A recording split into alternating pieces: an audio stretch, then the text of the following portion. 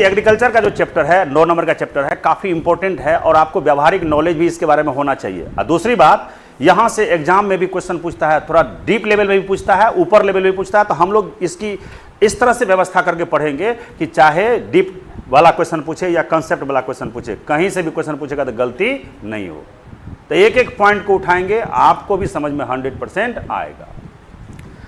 तो कृषि के अंतर्गत ही आपको चैप्टर का नाम जो लिखाए थे उसमें था कृषि एवं पशुपालन, शायद देखो यही चैप्टर का नाम होगा, कृषि एवं पशुपालन, एग्रीकल्चर एंड एनिमल हस्बेंड्री।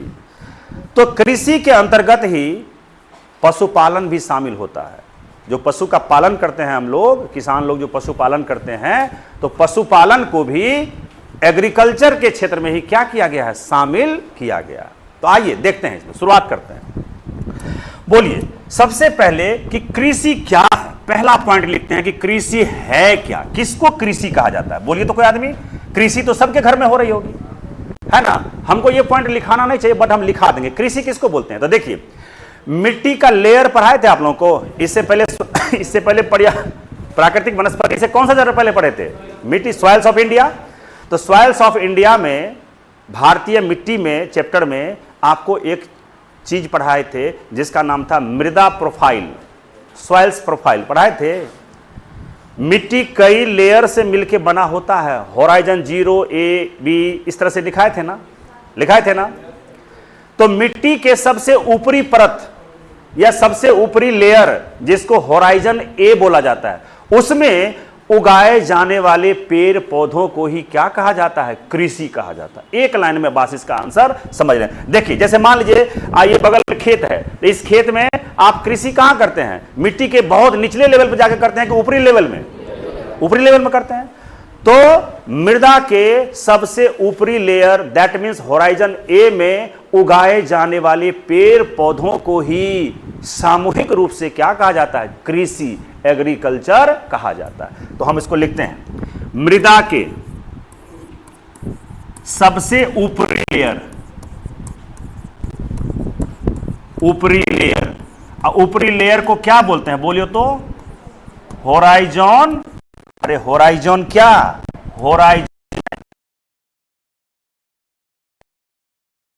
बोले थे उस समय बोले थे कि होराइजन O को कई भूगोलवेत्ता मिट्टी के परत में शामिल नहीं करते। हम उस समय भी बोले थे, है ना। उसके बाद कौन सा होराइजन शुरू हो जाएगा, A। अरे जिसको हाथ से बकोट लेते हो सॉफ्ट रूप से, कहीं बच्चा को भेजो मिट्टी लेके आओ तो एक कोबा बालू लेके आ जाएगा ना, तो वो क्या है, O, होराइजन O। और उसके जस्ट नीचे जब जाएंगे तो होराइजन क्या मिलेगा, A। तो बस यही है। तो मृदा के सबसे ऊपरी लेयर यानी होराइजन A में उगाए जाने वाले पेड़ पौधों को ही क्या कहते हैं भैया, कृषि कहा जाता है, कृषि कहा जाता है। बस खत्म, कहा एक लाइन में आंसर है।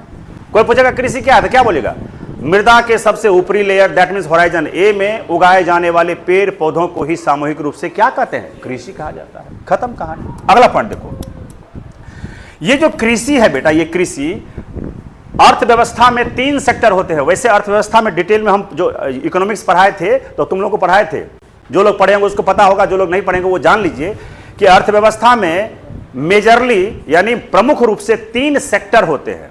एक को कहते हैं प्राथमिक सेक्टर, दूसरे को द्वितीयक सेक्टर और तीसरे को तृतीयक सेक्टर यानी टर्शियरी।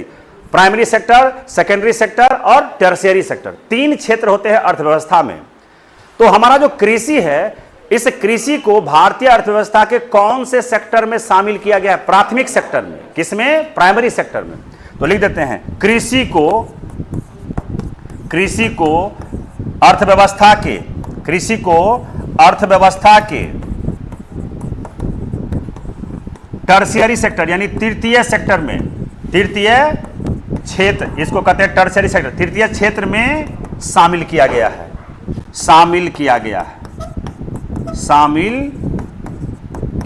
है। अरे बात समझ रहे हैं ना। अब देखिए सुनिए, हमारा जो भारतीय इकोनॉमी है, जो हमारा इकोनॉमी है तो हमारे इकोनॉमी में 3 सेक्टर है। पहले को कहते हैं प्राथमिक क्षेत्र, प्राथमिक क्षेत्र। दूसरे को कहते हैं द्वितीयक क्षेत्र, द्वितीयक क्षेत्र।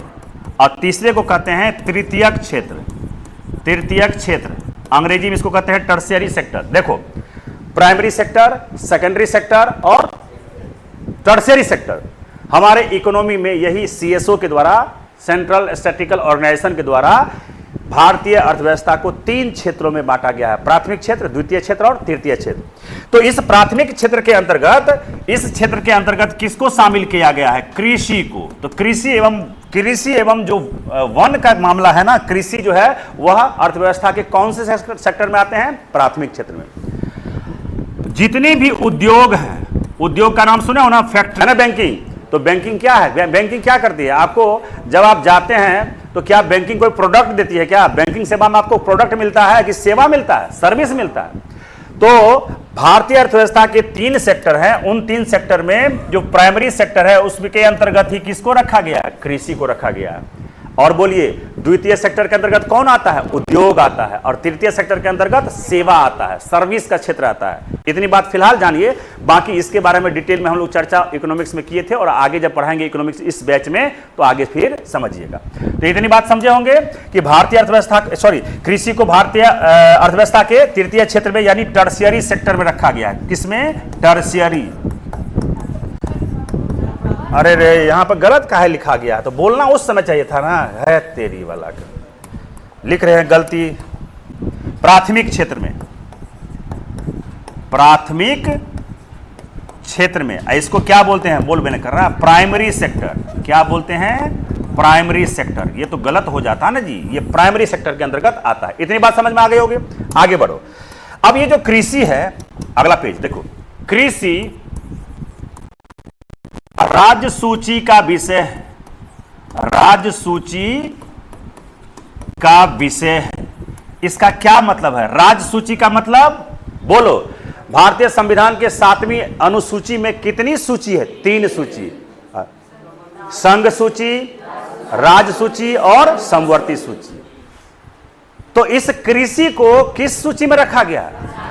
राज्य सूची में, स्टेट लिस्ट में रखा गया है। आपको यह बात जानना चाहिए, कृषि को रखा गया। अगला पॉइंट देखो, ये जो भारतीय कृषि है, ये जो कृषि है किसी भी देश की अर्थव्यवस्था की रीढ़ मानी जाती है। किसी भी देश की अर्थव्यवस्था की रीढ़, बैकबोन मानी जाती है। किसको? कृषि को। अब बताइए, आप कितना भी उछल कूद कर ले, अगर आपको खाने के लिए ही ना मिले, कृषि नहीं करेंगे तो अनाज नहीं मिलेगा आपको। तो आपको दूसरे देश पर क्या होना पड़ेगा? डिपेंड होना पड़ेगा, है ना। तो भारतीय अर्थव्यवस्था यानी भारत में या भारतीय अर्थव्यवस्था की रीढ़ किसको माना जाता है? कृषि को। आगे लिखते हैं, भारतीय अर्थव्यवस्था की, भारतीय अर्थव्यवस्था की रीढ़ है, ये रीढ़ है। कौन? एग्रीकल्चर, यानी backbone of Indian agriculture, sorry, backbone of Indian economy. अरे बात समझ में आ गई? भारतीय अर्थव्यवस्था की रीढ़ है कौन? कौन रीढ़ है? कृषि है रीढ़। अगला बात देखो, ये जो कृषि है, भारत एक कृषि प्रधान देश है। कृषि प्रधान देश है। जैसे यूरोप में इटली है, इटली समझ रहे ना, इटली जो यूरोप में है, तो यूरोप का भारत किसको बोलते हैं? इटली को। किसको बोलते हैं? इटली को। जिस प्रकार से भारत एक कृषि प्रधान देश है, उसी प्रकार से यूरोप का इटली भी क्या है? एक कृषि प्रधान देश है। तो भारत एक कृषि प्रधान देश है। क्यों भैया है? क्योंकि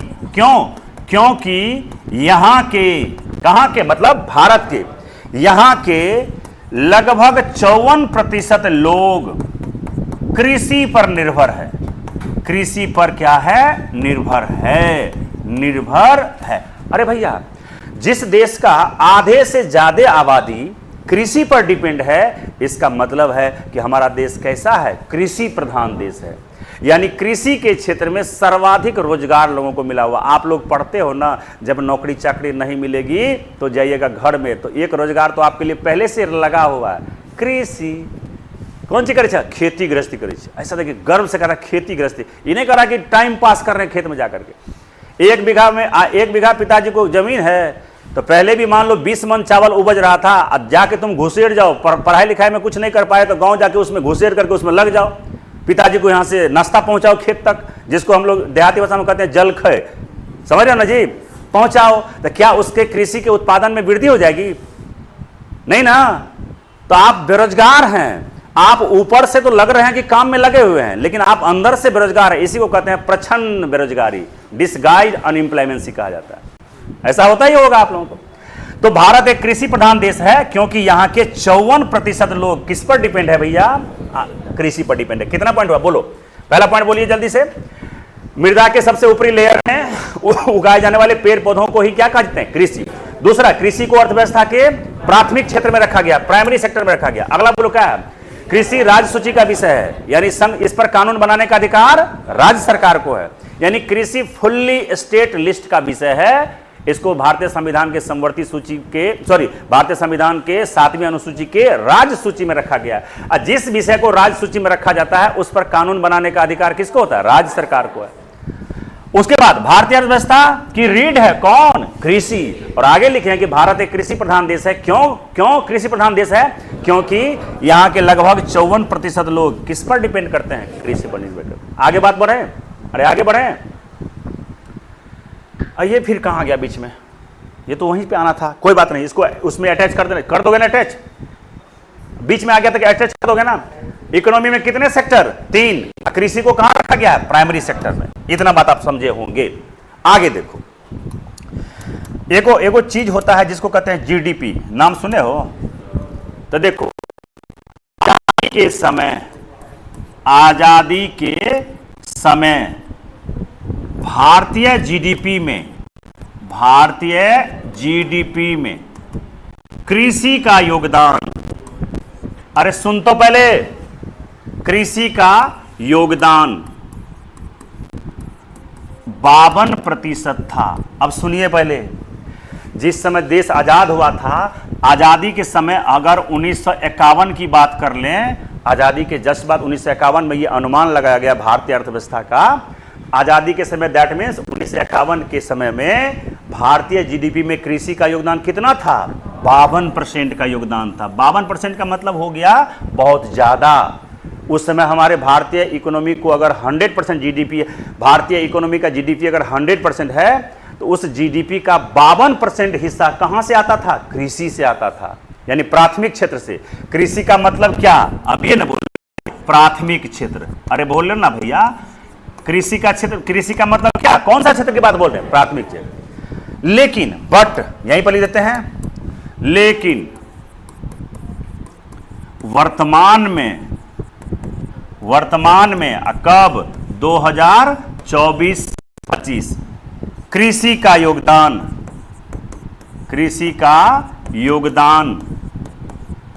मात्र, याद रखना, 19.7% है। बोलो, पहले है, ऐसे समझो। अब जीडीपी, अब देखो बाकी जीडीपी को अभी यहां पर समझाने लगेंगे तो बहुत लफड़ा है जी, बहुत जीडीपी तो बहुत डिटेल में गए हुए थे, इकोनॉमिक्स में नहीं गए हुए थे। तो जीडीपी को अभी पूरा बढ़िया से यहां कैसे हम समझा पाएंगे? तो यहां पर फिलहाल समझ लीजिए, आजादी के समय 1951 में भारतीय जीडीपी में, भारत के अर्थव्यवस्था की जीडीपी में कृषि का योगदान कितना परसेंट था जी? 52% था। लेकिन वर्तमान में 2024-25 में जीडीपी में कृषि का योगदान मात्र कितना है? 19.7। और सुन लीजिए, 19.7 है। इसका मतलब प्राथमिक क्षेत्र का योगदान जीडीपी में घटा है, अब बाकी 2 क्षेत्रों का योगदान बढ़ा होगा। नहीं तो यहां पर देख लो, एक लाइन यहां पर समझा देते हैं, आगे बढ़ेंगे। स्टार बना के हम लिख देते हैं, तब आगे फिर बढ़ेंगे। देखो, 2024-25 में जीडीपी में योगदान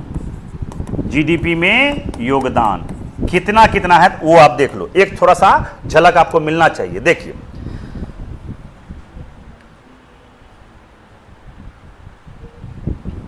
देखो हम किसकी बात कर रहे हैं?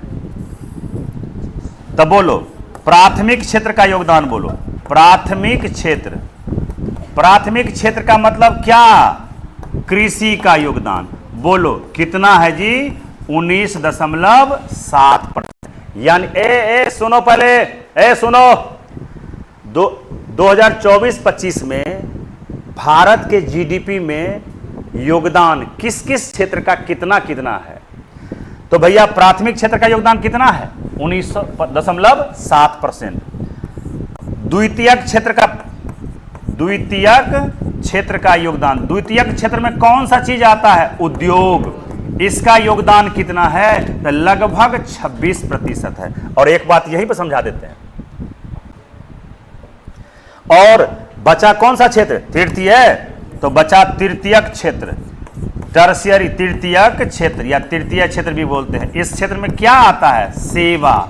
इसका योगदान कितना है? तो लगभग 55 से 60%। बोलो भैया, सुनिए, आजादी के समय जीडीपी में प्राथमिक क्षेत्र का योगदान कितना था? 52%।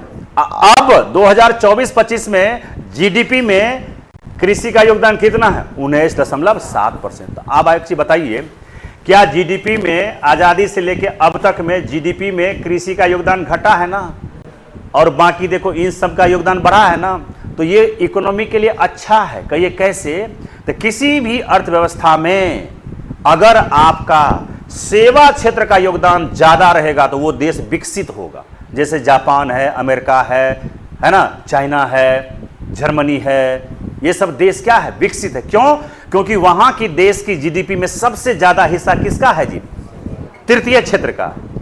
तो जैसे जैसे जीडीपी में इसका योगदान कम रहेगा, इसका ज्यादा, तो इसका मतलब देश क्या है? विकसित देश है।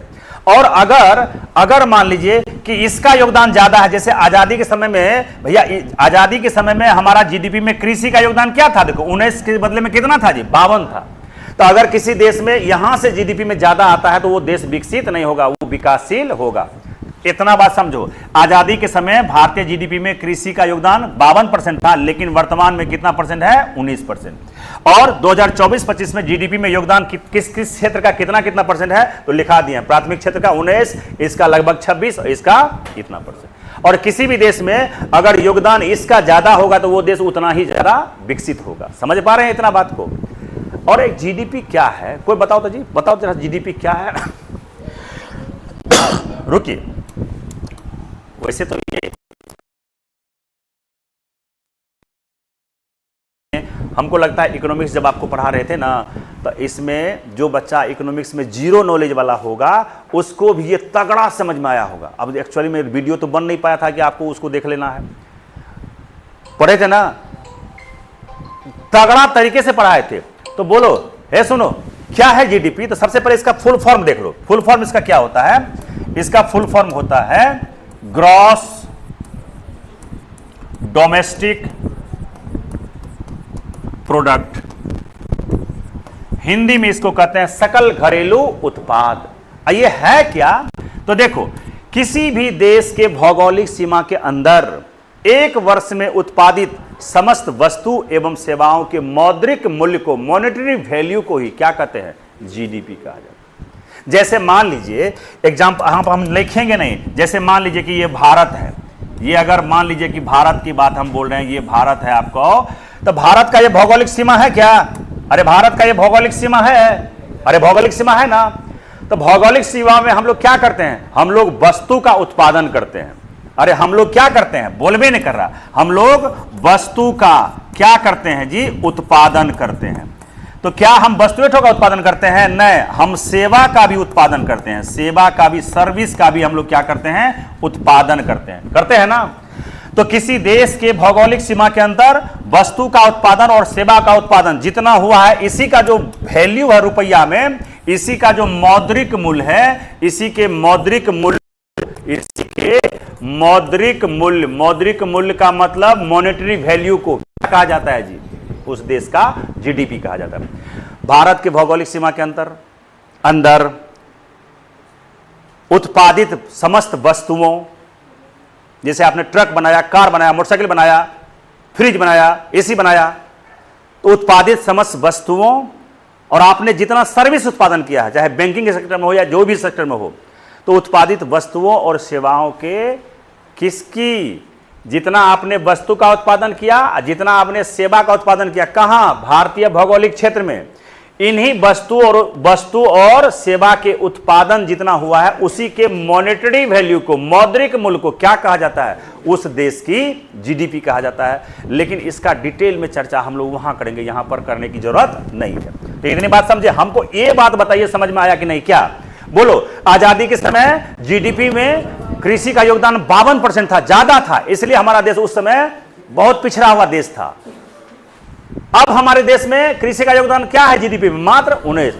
और अभी 2024-25 में इन तीनों क्षेत्र का हमारे इकोनॉमी में कितना कितना रोल है? तो बोलो, कृषि क्षेत्र से कितना आता है जीडीपी? इतना, इससे इतना और इससे। जिस देश में टर्शियरी सेक्टर का रोल ज्यादा होगा वह देश उतना ही मजबूत अर्थव्यवस्था वाला या विकसित देश होगा, है ना। जैसे अमेरिका सब में इस क्षेत्र का मामला बहुत ज्यादा है, लगभग 80 या 90 के प्लस है, ये मामला आ जाता है। तो इतनी बात समझे होंगे। आगे देखो, आगे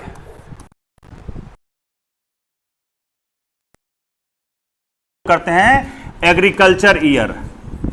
एग्रीकल्चर ईयर, इसका क्या मतलब होता है ये बताओ तो जरा सा। देखिए, भारत में एग्रीकल्चर, या इसको पूरा लिखें, इसको अगर पूरा लिखें तो इसको ऐसे कर देते हैं।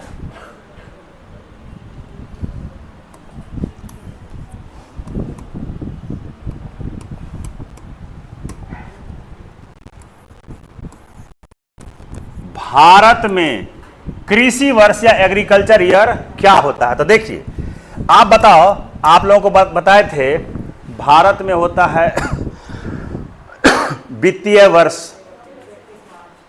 जो 1 अप्रैल से शुरू होके 31 मार्च तक जाता है। भारत में होता है आरबीआई का वित्तीय वर्ष, याद है? उसी प्रकार से भारत में होता है कृषि फाइनेंशियल ईयर, कृषि का वर्ष होता है, जिसको कृषि फाइनेंशियल ईयर भी कहते हैं। तो भारत में कृषि वर्ष कब से कब होता है? इसमें क्या कहते हैं? कृषि उत्पादों की। अरे भैया, भारत में कृषि वर्ष में हम क्या करते हैं? कृषि उत्पादों की गणना। कृषि उत्पादों की हम लोग क्या करते हैं? गणना। क्या करते हैं? गणना। जैसे मान लीजिए कि आप कृषि जब करते हैं तो 1 साल का गणना करेंगे ना। अरे 1 साल का गणना करेंगे, कृषि में आपने कितना उत्पादन किया है, तब ना आपको पिछला वर्ष की तुलना में इस वर्ष कितना उत्पादन हुआ वो तुलना हो पाएगी, है? तो इसकी गणना कैसे करेंगे? तो हम लोग भारत में कृषि वर्ष में, एग्रीकल्चर ईयर में क्या करते हैं? कृषि उत्पादों की क्या करते हैं? गणना। और भारत में जो कृषि का जो वर्ष है वो शुरू होता है 1 जुलाई से 30 जून। अंडरलाइन करना बाबू, बहुत बार पूछा गया है, ये बाबू समझ लो। और आपको बता दिए भारत में वित्तीय वर्ष क्या है जी। अरे भैया, ये तो समझ में आ गया ना। भारत में वित्तीय वर्ष होता है 1 अप्रैल से 31 मार्च, फाइनेंशियल ईयर है भारत का। और भारत का कृषि वर्ष कितना, कब से कब काउंट होता है? तो 1 जुलाई से 30 जुलाई। जैसे मान लीजिए कि 2025 में 1 जुलाई से लेकर के 2026 के 30 जून तक कृषि में जितना उत्पादन हुआ है उसी की गणना को हम क्या कहते हैं? कृषि वर्ष या कृषि की यानी कृषि वर्ष में हम कृषि के उत्पादों की क्या करते हैं? गणना करते हैं। और यह गणना कब से कब मानी जाती है भारत में? तो 1 जुलाई से लेकर अगले साल के कौन 30 जून तक किसको कहा जाता है? किसमें? इतनी बात समझ में आ गई होगी। तो ये हो गई आपको कृषि वर्ष, और ये हो गई आपको फाइनेंशियल वर्ष की अगर बात करेंगे तो वो कब होता है? 1 अप्रैल से लेकर के 31 मार्च तक का। इतनी बात समझ में आ गई होगी। तो ये पिछला क्वेश्चन क्या था? यहाँ कितना पॉइंट लिखे हैं देखिए, तो एक बार देखिए, आगे बढ़ेंगे। फिर पहला ये समझ में आ गया होगा। दूसरा, कृषि की अर्थव्यवस्था के कौन से क्षेत्र में रखा गया है? प्राथमिक क्षेत्र में। तीसरा, राजसूची का विषय है। अगला, भारतीय अर्थव्यवस्था की रीढ़ है। अगला, भारत एक कृषि प्रधान देश है। क्यों? क्योंकि यहाँ के 54% लोग कृषि पर निर्भर है। इकोनॉमी में कितने सेक्टर होते हैं? 3 में कृषि को रखा गया है, प्राइमरी सेक्टर में। अगला, आजादी के समय भारतीय जीडीपी में कृषि का स्थान कितना परसेंट था? 52% रोल था, लेकिन अब घट के कितना है? 19%। वैसे 2024-25 में जो भी अर्थव्यवस्था का सेक्टर है उसमें कितना कितना रोल है इन सब सेक्टरों का जीडीपी में, वो आपको समझ में आ गया होगा। ठीक है, जीडीपी यहां पर समझा दिया। बोले तो क्या है जीडीपी जी? बोलो जी, क्या है जीडीपी? देश के भौगोलिक सीमा के अंदर एक वर्ष में उत्पादित समस्त वस्तुओं और सेवाओं के मौद्रिक मूल्य को, मॉनेटरी वैल्यू को क्या कहते हैं? जीडीपी कहते हैं। इतनी बात समझ में आ गई होगी। आगे बोलो, भारत में कृषि वर्ष कब से कब? 1 जुलाई से 30 जून तक। इतनी बात तक हम लोग यहां तक आए हुए हैं। आगे बढ़े क्या? आगे देखो, आगे देखो। भारत में एक योजना आयोग का नाम सुने हो? योजना आयोग, जिसका नाम बदल के 2015 में क्या कर दिया गया? नीति आयोग। तो योजना आयोग ने भारत को 15 कृषि जलवायु प्रदेश में बांटा है। किसने बांटा है? योजना आयोग ने, जिसका नाम 2015 से क्या रखा गया है? तो सुनते हैं, देखिए। भारत को, ये पूछा हुआ सवाल है, 15 कृषि जलवायु प्रदेशों में बांटा गया है। अरे सुन तो, भारत को कितने कृषि जलवायु? भारत को 15 कृषि जलवायु प्रदेशों में बांटा गया है। और इसको बांटा है किसने? योजना आयोग ने। यानी ये बंटवारा किसके द्वारा? ये बांटा कौन? तो बांटा है कौन? बांटा है कौन? योजना आयोग। योजना आयोग, आयोग। अरे बात समझ रहे हैं ना? योजना आयोग का नाम अब क्या है? NITI Aayog, national institute for transforming India. पढ़ा चुके हैं, नीति आयोग पढ़ा चुके हैं ना?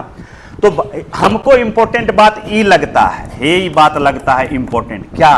कि भारत को 15 कृषि जलवायु प्रदेश में बांटा गया है। और इन 15 जलवायु कृषि प्रदेश में बांटा है किसने? तो बांटा है किसने? योजना आयोग। इतनी बात समझे?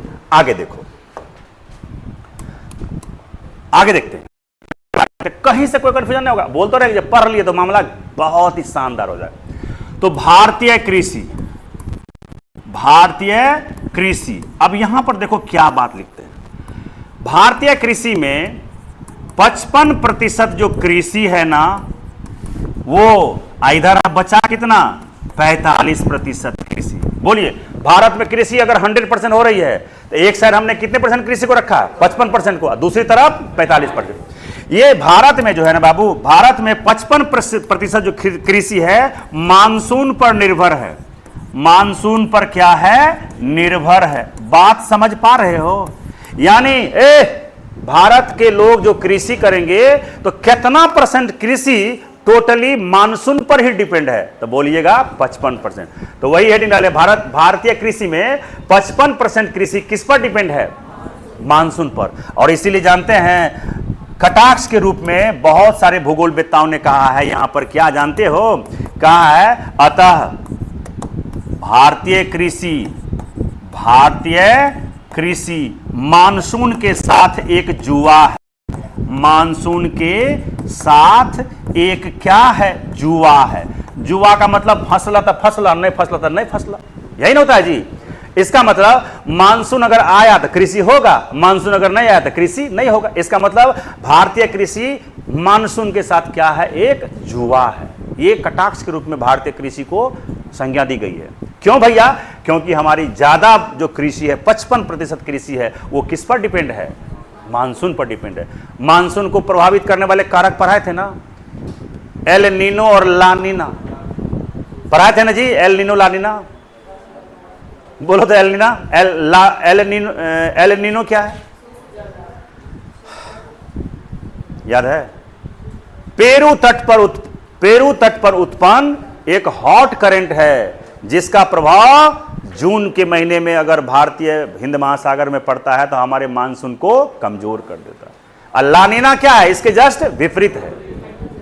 वो भी पेरू तट पर उत्पन्न होता है, वो हॉट नहीं, कोल्ड करंट है, ठंडी जलधारा है। उस जलधारा का प्रभाव अगर भारतीय हिंद महासागर में आता है तो हमारी मानसून को क्या करता है? बढ़ा देता है। तो 55% कृषि मानसून पर निर्भर है, इसलिए अतः भारतीय कृषि क्या है? भारतीय कृषि मानसून के साथ एक जुआ है। आगे देखो, बचा क्या परसेंट? तो देखो, ये जो है ना 45% कृषि, यह सिंचित कृषि है। सिंचित कृषि, सिंचित कृषि का मतलब इस कृषि को हम लोग कैसे करते हैं, सिंचाई करके, जैसे पाइप्स के माध्यम से, नहर्स के माध्यम से, बोर्ड्स के माध्यम, बोरिंग होता है ना, बोरिंग, नलकूप जिसको बोलते हैं, बोरिंग हो भैया, बोरिंग, नहर हो गया, नदी, नाला, तालाब, इन सब से अगर हम अपनी कृषि को सिंचाई करते हैं तो उसी को कहते हैं सिंचित कृषि। और भारत में सिंचित कृषि कितना परसेंट होता है, 45%। तो 55% कृषि मानसून पर डिपेंड है और 45% कृषि किस पर डिपेंड है। क्लियर है? आगे देखो, भारतीय किसान, जो हमारे भारतीय किसान है बाबू, वो जानते हो क्या करते हैं, वो करते हैं सबसे पहले 55 से 60%, 55 से कितना परसेंट, 60, चेंज करने दो, भारत में 55 से 60% जो किसान है वो कौन सी कृषि करते हैं मालूम है, ये खाद्य फसल उगाते हैं, खाद्य फसल उगाते हैं। मतलब समझ रहे हो? ए भैया, हमारे भारत में जितने भी किसान हैं 100%, उन 100% में से 55 से 60% किसान कौन से फसल उगाते हैं, खाद्य फसल। इस खाद्य फसल को कहते हैं फूड क्रॉप्स। इसको क्या कहते हैं, फूड क्रॉप्स बोलते हैं। एक एक बात समझ लीजिएगा, फूड क्रॉप्स भी बोलते हैं। अच्छा, फूड क्रॉप्स क्यों उगाते हैं, इसका क्या उद्देश्य है बोलिए तो। ए भैया, खाद्य फसल क्यों उगाते हैं, तो इसका उद्देश्य क्या है, तो इसका उद्देश्य है खाने के उद्देश्य से, खाने के उद्देश्य से उगाते हैं। कौन सा फसल, खाद्यान्न फसल, है ना। और इसमें कौन कौन फसल है प्रमुख, तो बोलो, धान, गेहूं, मक्का, ये सब कैसी फसल, ईटीसी लगा दो, ये सब कैसी फसल है, खाद्य फसल है, फूड क्रॉप्स है, पेट भरवा वाला क्रॉप्स है। तो भारत के 55 से 60% किसान खाद्य फसल उगाते हैं। और खाद्य फसल में उगाने का उद्देश्य क्या है, बोलना, खाने के उद्देश्य से। और दूसरा बोलो क्या लिखे हैं, बोलबे नहीं कर रहा है। इसके अंतर्गत कौन कौन फसल आते हैं, तो अभी न बोले हैं, धान, गेहूं, मक्का, दलहन भी आते हैं, वो सब बात की बात है। तो खाद्यान्न फसल या फूड क्रॉप्स किस लिए लगाते हैं, खाने के उद्देश्य से। आ जाओ, अब बचा क्या परसेंट जी, 55-60 हो गया तो माइनस करो ना, तो कितना हो गया, 35 से 40%, यही है ना, 35 से 40%। तो सुनो, 35 से 40% जो किसान है, तेरी बात, उधर देखना,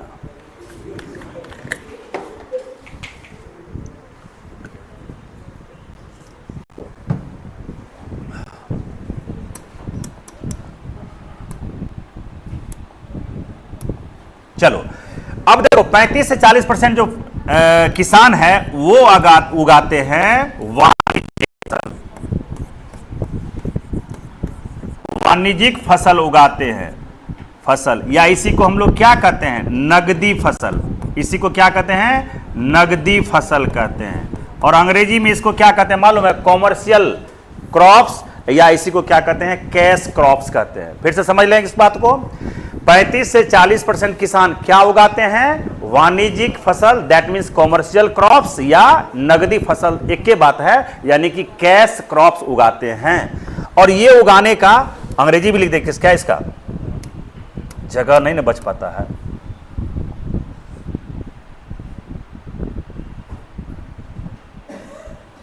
बोलो कौन से फसल, इसको क्या कहते हैं, कॉमर्शियल क्रॉप्स। कॉमर्शियल को आधा लिखे हैं, समझ में आएगा। और नगदी फसल को क्या बोलते हैं, बोलना, कैश क्रॉप्स, कैश क्रॉप्स। अरे बात समझ में आ जाएगी, जगह नहीं है ना। वाणिज्यिक फसल को क्या कहते हैं, कॉमर्शियल, कॉमर्शियल में COMM लिखे हैं, डॉट मार दिया, समझ जाइएगा ना। और नगदी फसल या नकदी फसल को क्या कहते हैं, कैश क्रॉप्स। ये 35 से 40% किसान उगाते हैं। क्यों भैया, तो इसके उगाने का उद्देश्य क्या है, क्यों उगाया जाता है, इस फसल को क्यों उगाया जाता है, लाभ के उद्देश्य से, लाभ के उद्देश्य से ये फसल लगाया जाता है। जैसे बताते हैं, मान लीजिए कि आप गन्ना की खेती करते हैं, मान लीजिए गन्ना की कृषि करते हैं, तो क्या बहुत सारा गन्ना जब आपके घर में आएगा तो सबको खाइएगा क्या?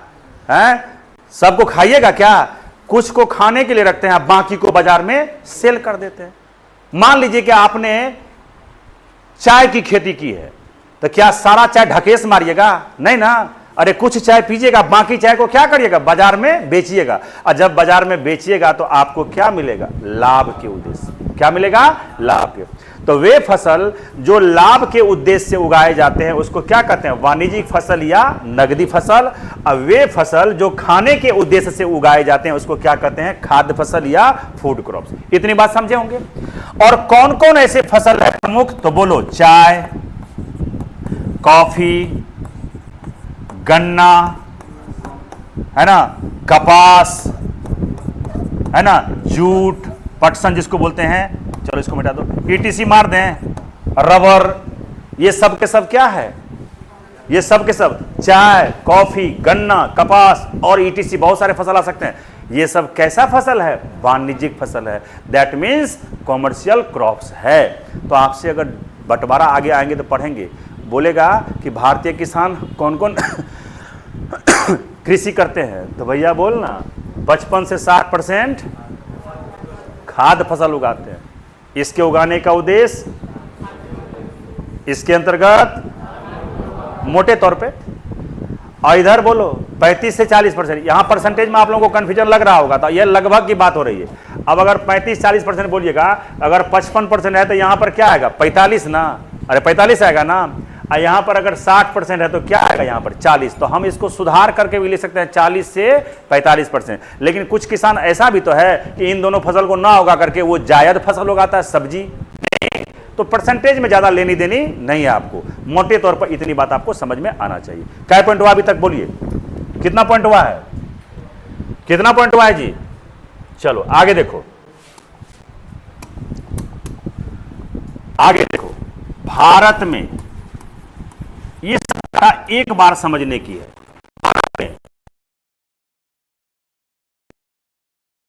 कितना परसेंट क्षेत्रफल पर पाया जाता है? बंजर भूमि कितना है?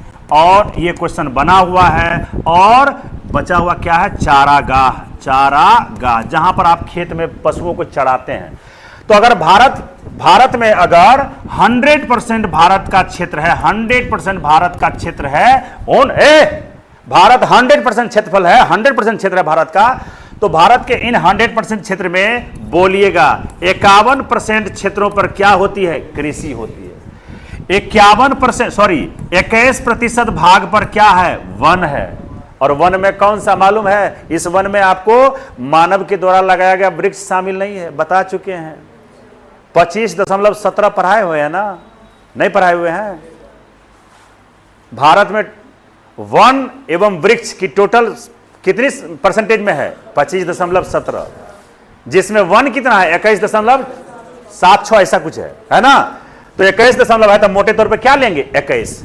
अब बंजर भूमि, भारत में बंजर भूमि, बांझ भूमि कितना है? 24%। और चारागाह कितने परसेंट है? 4% है। दैट मीन्स भारत में 4% चारागाह है। चारागाह में क्या होती है? पशुओं को चराया। जैसे गांव घर में देखिएगा लोग 1 बीघा का खेत जो है ना परती छोड़ देता है, उसमें घास उगने के लिए देता है। काहे भैया? काहे? क्योंकि उसके पशु वहां पर चढ़ सके। बात समझ में आ गई है? तो भारत में अगर 100% क्षेत्र है तो उसके 51% पर क्या है? क्या होती है? कृषि होती है। और वन कितने परसेंट पर है? 21 पर। बंजर भूमि, बांझ भूमि, जहां पर कुछ उपजाऊ नहीं होती है, कोई भी चीज उगाया नहीं जाता है, वो कितने परसेंट है? 24%। और चारागाह कितना है? इतनी बात समझ में आ गई होगी। अरे इतनी बात समझ में आ गई हो ना? आगे देखो, अगला पॉइंट लिखते हैं, भारतीय कृषि का वर्गीकरण। भारतीय कृषि का वर्गीकरण, इसको जानना है। भारतीय कृषि का वर्गीकरण। और जब हम लोग इसको पूरा पढ़ेंगे ना तो लास्ट में कृषि संस्थान भी पढ़ेंगे। चावल अनुसंधान केंद्र कहां है, उसके बाद और कैसे कैसे डीप क्वेश्चन पूछता है। भारत में जितने भी मेन क्रॉप्स होता है, चावल है, गेहूं है ना, इस प्रकार के जो क्रॉप्स है, कपास है, तो उसके बारे में भी विशेष बात पढ़ना। कभी कभी जैसे आपसे पूछ देगा कि बोलो गेहूं कैसा फसल है, बोलना कहां पर उगाए जाएंगे? समशीतोष्ण जलवायु प्रदेश में उगने वाला फसल है।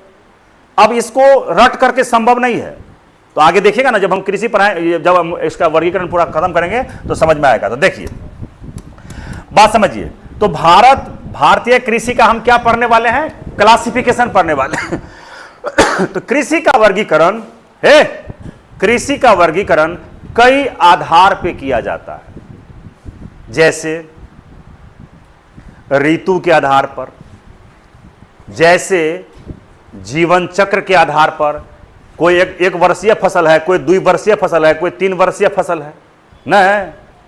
तो पहला ऋतु के आधार पर फसल का वर्गीकरण पढ़ेंगे, फिर जीवन चक्र के आधार पर, फिर वाणिज्यिक उपयोगिता के आधार पर पढ़ेंगे। इस प्रकार से हम लोगों को पूरा डिटेल में नहीं जाना है, हम लोगों को मेनली जो क्लासिफिकेशन पढ़ना है वह ऋतु के आधार पर और एक है वाणिज्यिक के, यानी कि वाणिज्यिक उद्देश्य के आधार पर। 2 ही आधार पर हमको पढ़ना है।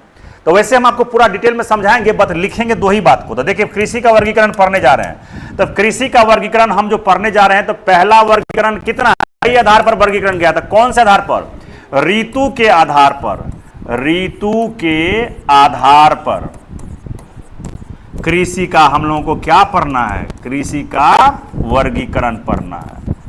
बात समझे कि कृषि का वर्गीकरण कई आधार पर किया जाता है। वो आपके एग्जाम के लिए इंपॉर्टेंट नहीं है कि हम झूठे से लिख दें। कृषि का वर्गीकरण कई आधार पर किया जा सकता है। हम पहला आधार पढ़ रहे हैं जिसका नाम क्या है? ऋतु के आधार पर, सीजन्स के आधार पर, ऋतु के आधार पर कृषि का वर्गीकरण पढ़ने वाले। तो देख बाबू, कृषि के आधार पर, सॉरी, ऋतु के आधार पर कृषि को 3 वर्गों में बांटा गया है।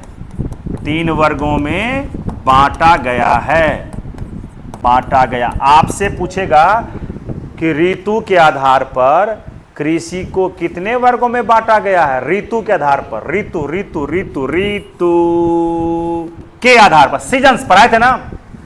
भारत में कितने ऋतु? 4, भूगोलवेत्ता के अनुसार, और भारतीय परंपरा के अनुसार 6 ऋतु पढ़ाए थे ना।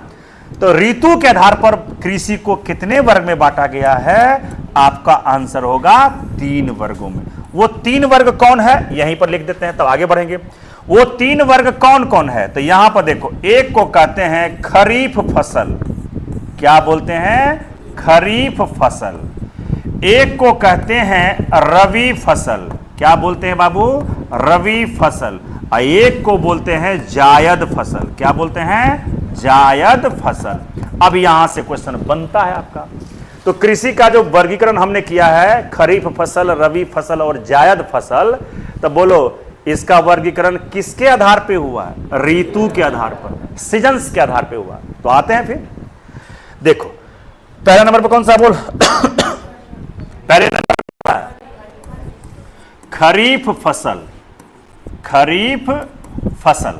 अब देखो इसके बारे में क्या आपसे एग्जाम में पूछता है, वही आपको शॉर्टकट में जानना है। देखो, इस फसल को कहते हैं भैया, यह फसल जून जुलाई में बोई जाती है और सितंबर अक्टूबर में काट ली जाती है। तो बोलो, जून जुलाई से लेकर के सितंबर अक्टूबर तक में क्या होती है? बारिश होती है ना, बारिश होती है ना। तो देखो, यह वर्षा काल, वर्षा काल या इसी को क्या बोलते हैं? मानसून काल की फसल। मानसून काल की ये क्या है? फसल है। पहला बात सुन लो पहले,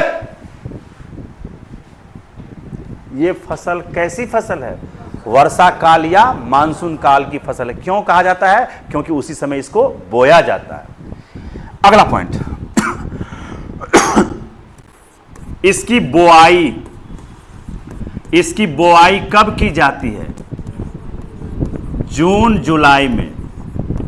कब की जाती है? जून जुलाई में, क्योंकि बारिश हो रही है उस समय। इसकी कटाई कब की जाती है? तो जब आप फसल को बोइएगा तो काटना भी तो पड़ेगा ना। तो कटाई कब की जाती है? सितंबर अक्टूबर के महीने में इसकी कटाई कर ली जाती है। आगे इसके अंतर्गत आने वाले जो प्रमुख फसल है इस खरीफ फसल के अंतर्गत आने वाले जो प्रमुख फसल है उसका नाम बोलो। कौन कौन फसल आता है तो बोलिए। धान, गेहूं आएगा इसमें, रे कोढ़िया, बहुत दिन पर कोढ़िया बोल रहे हैं हम, कहा कि ऑनलाइन में जो है अच्छा नहीं संकेत जाएगा इसलिए। अरे बेटा नाथले है हमको यार, हम पहले कितना कोढ़िया बोलते थे, कितना अच्छा लगता था, अब कोढ़िया नहीं बोल रहे हैं। क्या है, लगता है कि ऑनलाइन में ठीक बात नहीं है, तो इस बात को अरे बोल देते हैं, जो होगा देखा जाए, रिक्स लेना, सुन ले हमारे की फर्क पड़ेगा।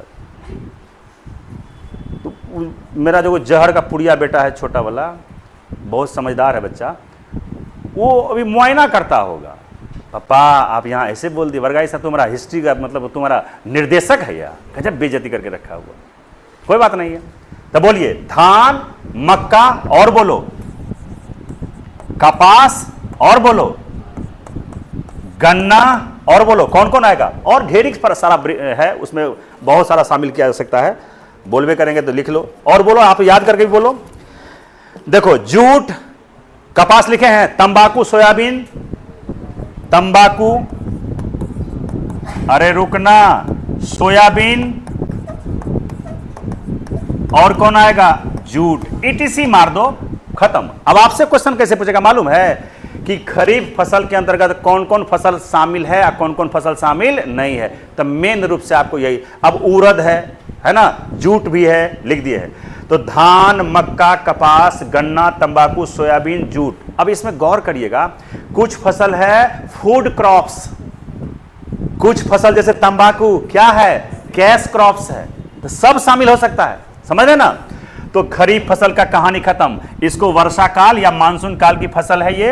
अगला, इसकी बुआई कब की जाती है, जून जुलाई में, और इसकी कटाई सितंबर अक्टूबर में की जाती है। और इसके अंतर्गत आने वाले प्रमुख फसल धान, मक्का वगैरह वगैरह सब आपको बताती है। दूसरे नंबर पे बोलो कौन सा है, दूसरे नंबर में है रबी फसल। रबी फसल, अब इससे देखिए क्या क्या जानना है। सबसे पहले रबी फसल में आपको जानना है कि इसको जानते हैं, शीत ऋतु की फसल कहा जाता है, शीत ऋतु की, यानी कि जाड़े वाली फसल कहा जाता है। तो शीत ऋतु की फसल है, शीत ऋतु की ये क्या है, फसल है। इसको किस ऋतु की फसल माना जाता है, शीत ऋतु का। अब बोलिए गेहूं की बुआई लगभग 11 महीना की प्रारंभ होने की होती है, तब नहीं होती है, नहीं होती है, तो शीत ऋतु का फसल है ये। अगला, इसकी बुआई कब की जाती है, तो बुआई कब की जाती है, तो आप जरा सा सोचिए, यहां पर सितंबर अक्टूबर में कट जाएगा, तो अक्टूबर नवंबर में किसकी बुआई हो जाएगी, इसकी, यानी इसकी बुआई कब होगी, अक्टूबर और नवंबर के महीने में बुआई की जाती है।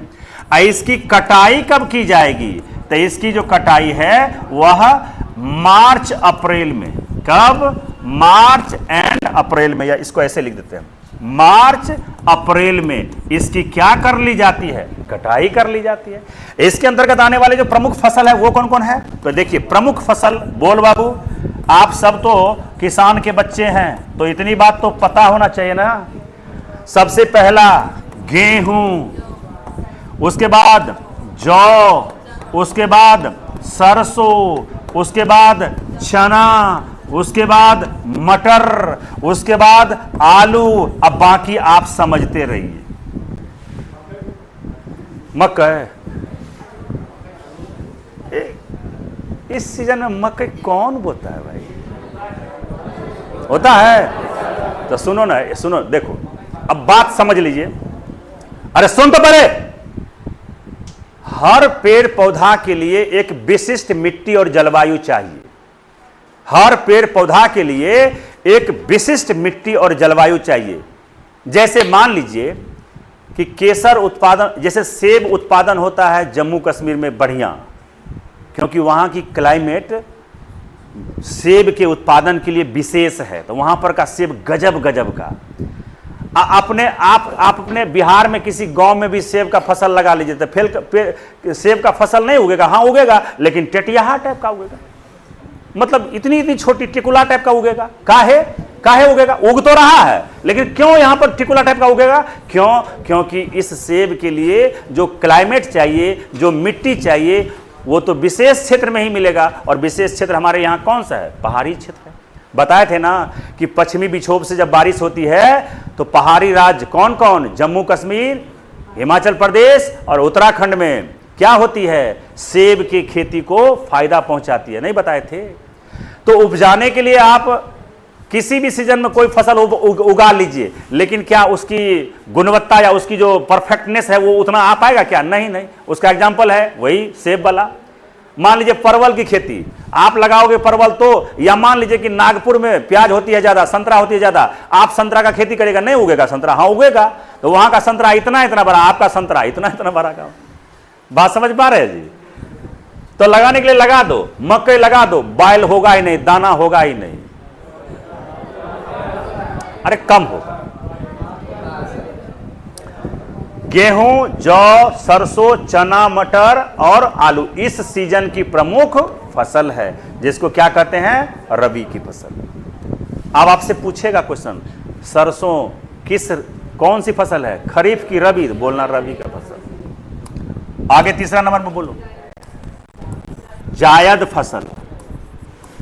जायद फसल, सुन लो बेटा सुन लो, जानते हैं ये वाली बात? सुनिए पहले। ये जो फसल है यह रबी फसल और खरीफ फसल, उस दोनों के बीच में जो एक आध महीना टाइम मिलता है ना, उसी में घुसेर मारते हैं हम लोग। कौन सा फसल? जायद फसल। इसको ग्रीष्म ऋतु की फसल भी कहा जाता है। पहले सुनते हैं, एक एक बात समझिए पहले। देखिए, इसको ग्रीष्म ऋतु की फसल, ग्रीष्म ऋतु की फसल, ग्रीष्म ऋतु की फसल है। कौन भैया? कौन भैया? जायद फसल। सुनना है पहले बात को। जानते हैं रबी एवं खरीफ फसल के बीच शुष्क मौसम में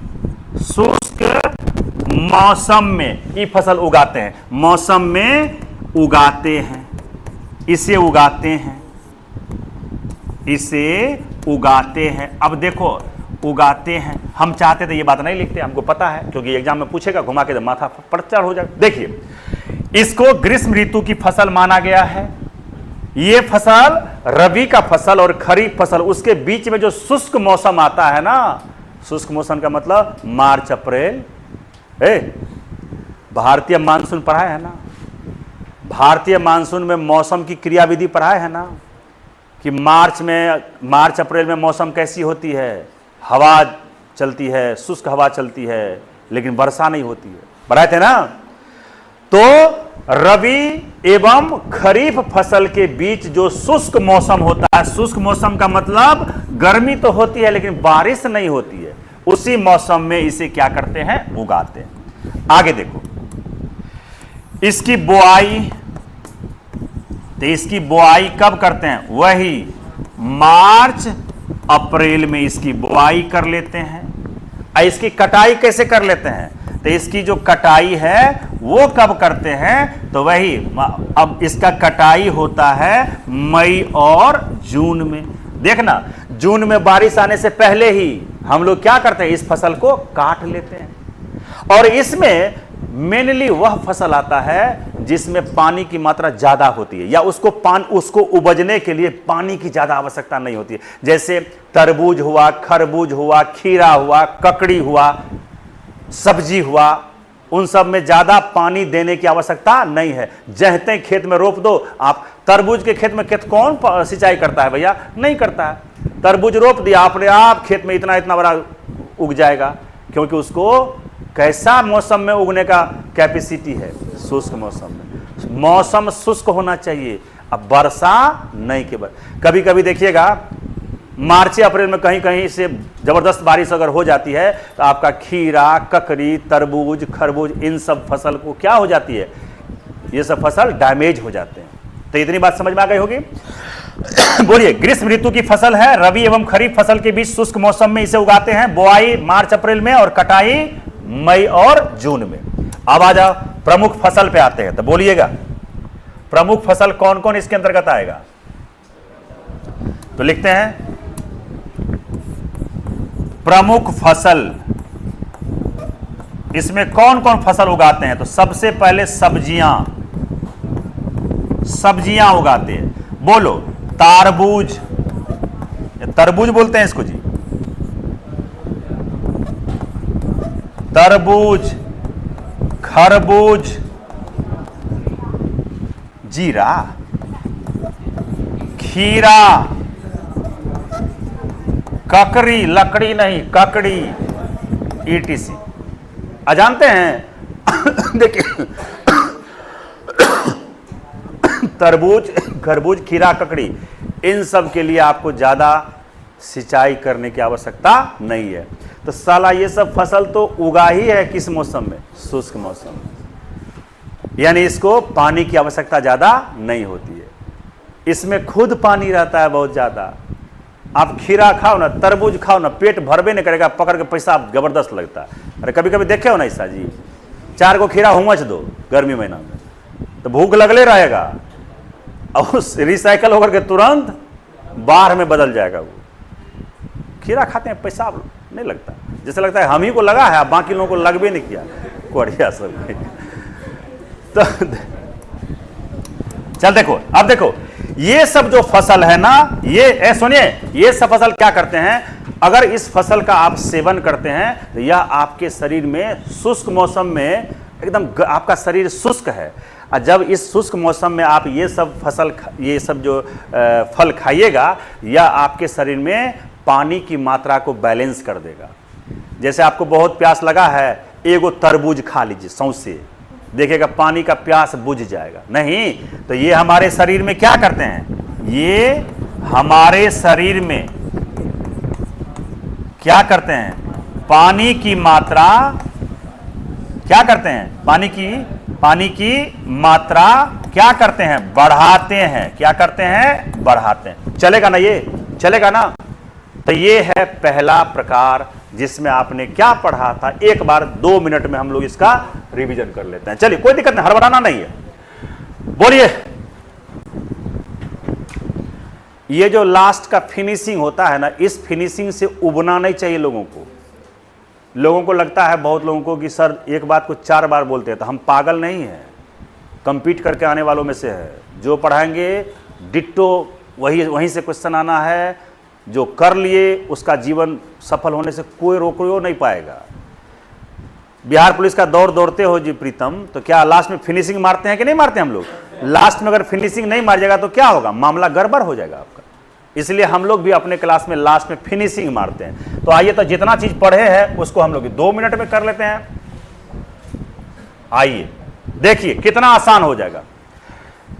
आपका चैप्टर कृषि है, एग्रीकल्चर है। एग्रीकल्चर में अभी आपको 2 क्लास और लगेगा पूरा व्यवस्था को समझने में, पूरी बात समझा देंगे। तो बोलो, कृषि किसको बोलते थे? मृदा के सबसे ऊपरी लेयर हॉरिजॉन ए में उगाए जाने वाले किसको? पेड़ पौधे को ही क्या कहते हैं? हम कृषि कहते हैं। क्लियर है? अगला पॉइंट, कृषि को अर्थव्यवस्था के कौन से क्षेत्र में? प्राथमिक क्षेत्र में, प्राइमरी सेक्टर में रखा गया है। बाकी द्वितीय सेक्टर में कौन है? उद्योग। और टर्शियरी सेक्टर में कौन है? सेवा है। अगली बात, कृषि राज्य सूची का विषय है, यानी इस पर कानून बनाने का अधिकार राज्य सरकार को है। भारतीय अर्थव्यवस्था की रीढ़ है क्या? कृषि। और भारत एक कृषि प्रधान देश है। कैसे पता चला? क्योंकि भारत के लगभग 54% लोग किस पर निर्भर है? कृषि पर निर्भर है। अगला बात, भारतीय इकोनॉमी के 3 सेक्टर, प्राथमिक सेक्टर में कौन आता है? कृषि, द्वितीय में उद्योग और तृतीय में सर्विस सेक्टर है। और जिस देश के जीडीपी में सेवा का सेक्टर का भाग ज्यादा रहेगा, वो देश उतना ही ज्यादा विकसित होगा। आगे बताए थे, आजादी के समय 1951 में भारतीय जीडीपी में कृषि का योगदान कितना परसेंट था? 52%। लेकिन अब इसका परसेंट घट के कितना हो गया? 19। ये हमारे देश के लिए अच्छा संकेत है, क्योंकि जीडीपी में कृषि से कम पैसा आवे और सर्विस सेक्टर से नौकरी चाकरी पेशा ज्यादा करें तो ज्यादा बढ़िया बात है ना। तो ये जैसे जैसे इस सेक्टर की वैल्यू घटती जाएगी, इस सेक्टर की वैल्यू बढ़ेगी, तो वो किसी भी देश के लिए अच्छा संकेत माना जाएगा। बता दिए थे, जीडीपी आपको समझा ही दिए थे, उतना इस पर नहीं जाना है। बोलो, भारत में कृषि वर्ष क्या मतलब? कृषि उत्पादों की इसमें क्या करते हैं हम लोग? गणना। और भारत में कृषि उत्पादों की जो गणना करते हैं उसके लिए वर्ष का डिसाइड है डेट, कौन सा? इस वर्ष के, जैसे इस वर्ष के 1 जुलाई से लेकर अगले वर्ष के 30 जून तक। बात समझ पा रहे हो? और आगे आ जाओ। भारत को 15 कृषि जलवायु प्रदेश में बांटा गया है। किसने बांटा है? योजना आयोग ने। इतनी बात भी जान। भारतीय कृषि के 55% कृषि किस पर डिपेंड है? मानसून पर। और इसीलिए हम कहते हैं कि भारतीय कृषि मानसून के साथ एक जुआ है। और 45% कृषि कैसे होती है? सिंचित। ये इसकी सिंचाई करके हम लोग इस कृषि को करते हैं। भारतीय किसान में से 55 से 60% किसान कौन से फसल उगाते हैं? बोलबे नहीं कर रहे। कौन से फसल उगाते हैं? कौन से फसल उगाते हैं भैया? कौन से फसल उगाते हैं? खाद्य फसल, फूड क्रॉप्स। और इस फसल को उगाने का उद्देश्य क्या है? खाने के उद्देश्य से उगला। इसमें कौन कौन आता है? धान, गेहूं, मक्का वगैरह वगैरह, और भी आ सकते हैं। और बोलो 35 से 40। हम इस परसेंटेज के पचड़े में नहीं पढ़ना चाहते हैं। जैसे आपको लगता होगा कि 55 से 60% है, तो 55 के बदले में यहां आना चाहिए क्या? 45 आना चाहिए ना। तो हम इसको देखो, आपको अगर मर्जी है तो आप ऐसे भी लिख सकते हैं 40 से 45%। समझ रहे ना? हमको इस पर कोई पचड़े में नहीं पड़ना है। तो कुल मिला के इतना % किसान क्या करते हैं? वाणिज्यिक फसल उगाते हैं। दैट मीन्स नगदी फसल उगाते हैं, है ना? नगदी फसल उगाते हैं, नगदी फसल उगाते हैं। लिख दे जी, लिख देते हैं।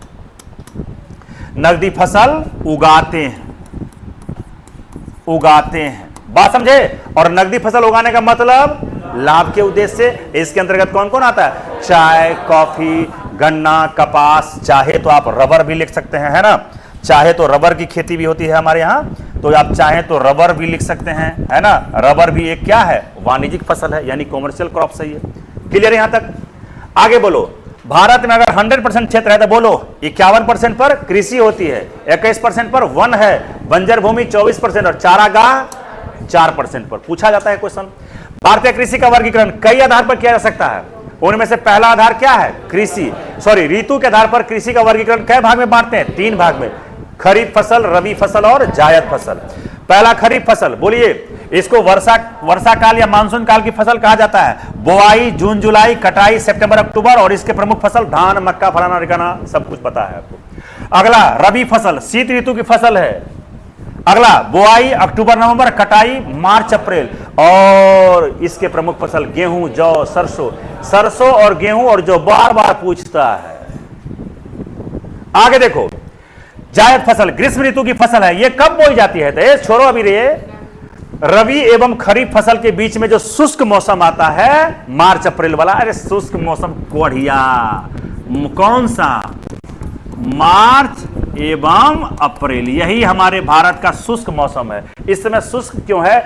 गर्मी ज्यादा होती है, अब बारिश हो भी नहीं करती है, इसलिए मौसम कैसी है? शुष्क है। तो शुष्क मौसम में उगाई जाती, इसे उगाते हैं। बुआई मार्च अप्रैल, कटाई मई जून, और प्रमुख फसल सब्जियां, तरबूज, खरबूज, खीरा, ककड़ी, फलाना ठिकाना। ये हमारे शरीर में क्या करते हैं? पानी की मात्रा को बैलेंस कर देते हैं, और इन फसल को उगने के लिए पानी की आवश्यकता नहीं है, तभी तो ये शुष्क मौसम में आ रहा है। इतनी बात समझ में आ गई होगी। क्या कृषि के चैप्टर की शुरुआत जब आज हम लोगों ने किया है, क्या ऐसा सिंगल कोई पॉइंट बताओ जहां पर समझने में तकलीफ हुई हो? बताइए। हमको लगता है 100% बात समझ में आई होगी। तो आगे भी 2 क्लास और लगेगा इसमें, हमको लगता है 2 क्लास इसमें और लगेगा। तो दोनों ही क्लास में इसको क्या करेंगे? खत्म करेंगे। और उम्मीद है कि हम सोच रहे हैं कि अगले सप्ताह से आपका ज्योग्राफी में हम वर्ल्ड ज्योग्राफी शुरू करेंगे, जो बहुत मजेदार होगा। चलिए, ओके, मिलते हैं कल।